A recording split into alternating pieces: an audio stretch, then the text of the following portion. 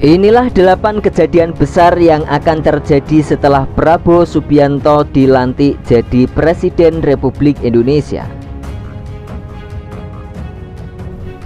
Tidak bisa kita pungkiri, semua hal yang terjadi di Indonesia ini sudah banyak diramalkan sejak zaman dahulu, yakni sejak zaman kerajaan. Kejadian besar seperti tatanan kepemerintahan yang dipimpin oleh presiden yang berakhiran huruf O juga menjadi hal yang tak pernah disangka-sangka, dan itu nyata terjadi di Indonesia sejak zaman dahulu hingga sampai zaman modern ini. Soekarno, Soeharto, Susilo Bambang Yudhoyono, Joko Widodo, dan dilanjutkan oleh Prabowo Subianto. Menjadi sejarah panjang kalau presiden Indonesia didominasi dengan presiden dengan nama-nama berakhiran O. Prabu Jayabaya pernah meramalkan kalau Indonesia bakalan seperti apa yang beliau ramalkan. Kitab ramalan Jayabaya hingga kini masih dipercaya. Salah satu ramalan Jayabaya yang paling termasyhur adalah mengenai ramalan para pemimpin Nusantara. Ramalan Jayabaya menyebutkan bahwa pemimpin Indonesia adalah Noto Negoro. Hal ini masih dipercaya karena pemimpin di negeri ini sesuai apa yang ditulis oleh Sri Jayabaya. Selain ramalan Noto Negoro yang sesuai dengan apa yang sudah ditulis Sri Jayabaya, masih ada beberapa ramalan Jayabaya tentang Indonesia yang mulai terbukti satu persatu. Selain Jayabaya, masyarakat Jawa di masa lalu juga mengenal sejumlah nama pujangga besar yang melestarikan dan mengembangkan kesusastraan Jawa. Salah satu nama yang terkenal adalah Ronggowarsito.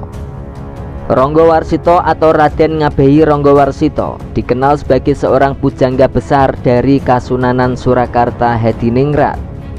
Dia lahir pada tahun 1802 dan wafat pada tahun 1873. Raden Ngabehi Ronggowarsito adalah seorang pujangga besar Jawa yang sangat tersohor dengan karya-karya dan ramalannya tentang Nusantara. Dalam sebuah ramalannya, Nusantara itu diramalkan akan dipimpin oleh 7 karakter satrio atau seorang satria yang terpilih secara gilir gumanti atau secara bergantian sesuai siklus perputaran roda zaman atau roda sejarah kehidupan yang berputar atau sesuai cokro manggilingan. Yang pertama adalah karakter Satrio Kinunjoro Murwokuncoro. Yang nomor 2 adalah Satrio Mukti Wibowo Kesandung Kesampar. Yang nomor 3 adalah Satrio Jinumput Sumelo Atur. Yang nomor 4 adalah Satrio Lelono Tanpa Ngrame. Yang nomor 5 adalah Satrio Hamung Tuwuh. Yang nomor 6 adalah Satrio Boyong Pambukaning Gapuro. Yang nomor 7 adalah Satrio Pinandito Sinisihan Wahyu. Jika Prabowo Subianto nanti sudah ditetapkan resmi sebagai presiden terpilih, berarti Prabowo Subianto sesuai dengan karakter satrio yang kedua, yaitu Satrio Mukti Wibowo Kesandung Kesampar. Dalam hal ini ia menggambarkan kalau Prabowo ini adalah seorang pemimpin yang berharta, yaitu mukti, dan disegani atau berwibawa atau wibowo. Tetapi sosok tersebut kesandung kesampar, yaitu mengalami keadaan yang membuat dirinya tampak salah dan buruk. Tetapi kesalahannya atau keburukan karmanya itu sudah ditebus dengan mengalami jatuh bangun dan penderitaan hidup. Dan jika Prabowo Subianto serta Gibran Raka Buming Raka nanti resmi dilantik menjadi presiden dan wakil presiden, maka akan terjadi 8 gambaran peristiwa setelahnya yang akan terjadi di Indonesia. Kejadian besar yang pertama yaitu Pralambang Panyawiji, yaitu adanya simbol pemersatu. Bisa diartikan Prabowo Subianto adalah sosok yang akan memimpin 2 kekuatan besar yang dipersatukan. Dalam hal politik pada saat ini, Prabowo akan memimpin 2 kekuatan politik, yaitu kekuatan Orde Lama dan kekuatan Orde Baru, yang sekian lama itu saling berseteru. Dan 2 kekuatan besar tersebut secara organisasi diwakili adanya 2 partai besar. Tetapi sosok yang mewakili yang menjadi simbolnya tidak lain adalah sosok Jokowi dan Prabowo.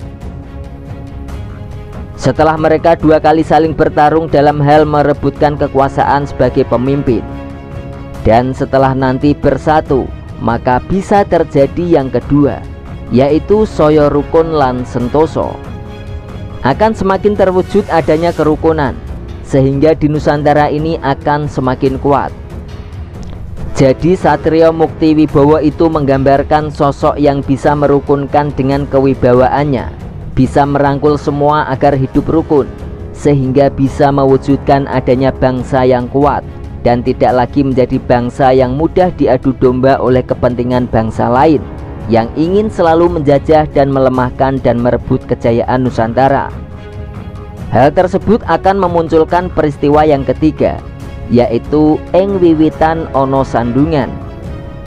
Jadi di awal pemerintahan Satrio Mukti Wibowo akan ada yang berusaha untuk menghambat dan melawan, yang itu mulanya dari orang-orang yang tidak mau menerima kekalahan.